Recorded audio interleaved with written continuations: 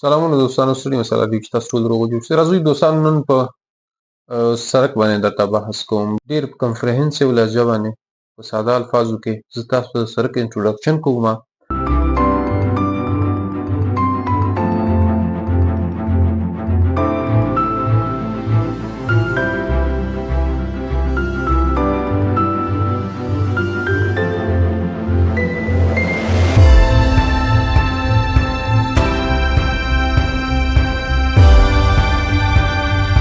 دا پلیلیست به د سرک په اړه وي، داسې ټیکنیکل به نه وي، داسې عام فهمه الفاظو کې زه تاسو ته سرک واضح کوم، پروسه یې درته تشریح کوم، په کومه پروسه باندې سرک کارونه ترسره کېږي، کوم کوم مواد ورکې شامل دي، په دې ټولو باندې درته غږېږم.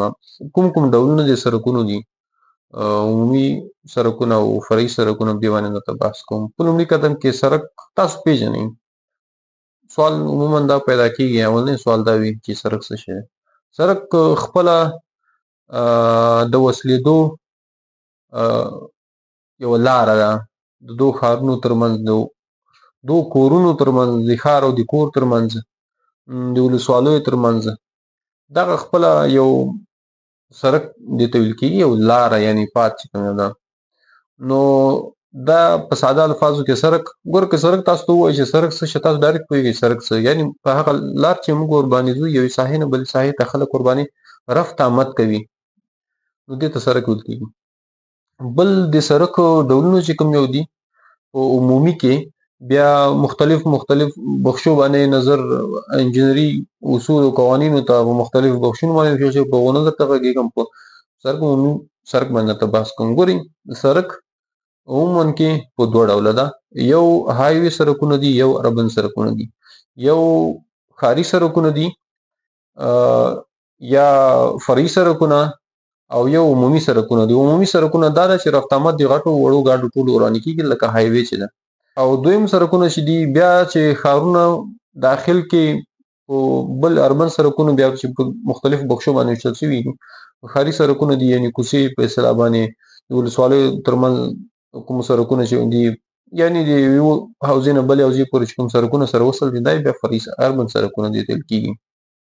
دا دوه ډوله خپله سرکونه دي. د عمومي یعنی هایوي سرکونو او د اربن سرکونو یعنی د لوکل سرکونو ترمنځ فرق څه شی ده؟ فرق کې نظر ساختماني جوړښت هم فرق لري، رفت آمد هم فرق لري.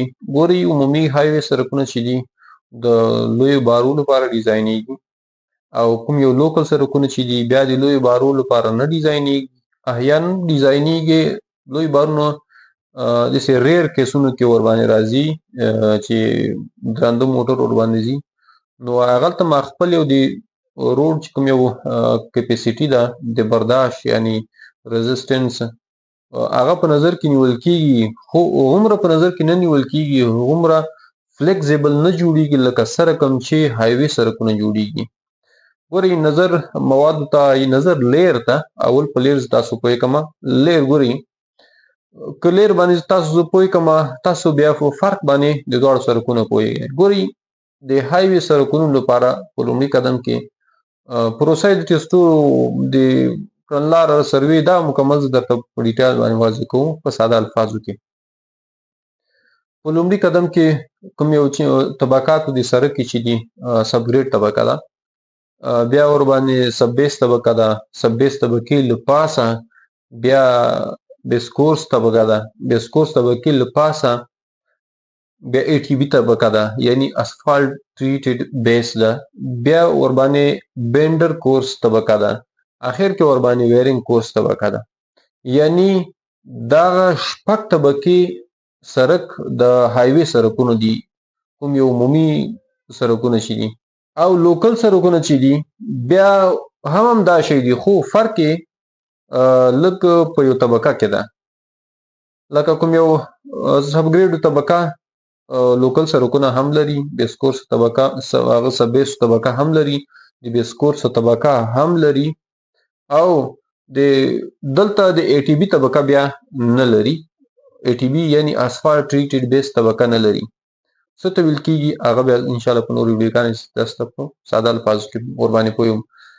که چیرې تاسو غواړئ چې د سرک پلیلیست مکمل درته اپلوډ کوم په پروفیشنل طریقه باندې. نو په کمنټونو کې تاسو ماته ویلی سئ، ښه په ډیټیل باندې درته واضح کوم. مکمل هم ور باندې پوهېږم، ټرمینالوژي باندې ټیکنیکل خبرې مکمل تاسو ته ور باندې بحث کوم. په ټیسټو باندې خو اوس هم بحث درته کوم، خو په وروستنیو بیا چې کله ستاسو د غوښتنې په اساس باندې په ډیټیل سره غږېږم، د نظر ساحې نه به م انشاءالله درته ویزټ کوم.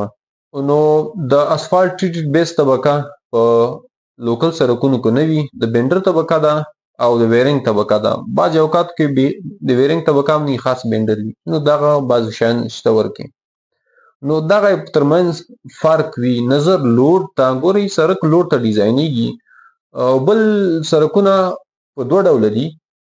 لکه تاسو ته چې ما کومه خبره وکړه دا په اسفالټ سرکونو باندې وایي، بل کانکریټ سرکونه دي. کانکریټ سرکونه ریجډ سرکونه دي، او د اسفالټ سرکونه چې دي دا فلیکسیبل سرکونه دي. ریجډ باندې هم تاسو پوهیږئ، کانکریټ یعنی سخت سرکونه وي، او فلیکسیبل معنا دا دي چې لوډ په تیریدو سره یعنی چې ور باندې تیریږي خپل مسیر کې خپل کوم ډیزاین چې ترسره کیږي فلیکسیبل ډیزاین ترسره کیږي، ارتجاعي ډیزاین وي او ریجډ نه وي. نو کانکریټ سرکون باندې به انشاءالله زه درته بحث وکړم. هغه هم اسانه دي، دومره سخت نه دي. بیا کانکریټ کې پلم کانکریټ دي او آر سی سی کانکریټ سرکونه دي. هغه باندې انشاءالله بیل پلی لیست درته وړاندې کوم. نو دوستانو دا زموږ نننۍ ویډیو چې تاسو ته وړاندې شوله. او را روان پلی لیست کې به انشاءالله زه تاسو ته نور هم په ډیټیل باندې کومې تېروتنې ترسره کیږي او کوم پروسه ده، سروې څنګه کیږي، په دې باندې به انشاءالله تاسو ته زه بحث وکړم. چینل در سره سبسکرایب کړئ، د بیل آیکن ووهئ تر څو نوې اپلوډ شوې ویډیو باندې تاسو پر وخت خبر شئ. ښه وخت ولرئ. الله مو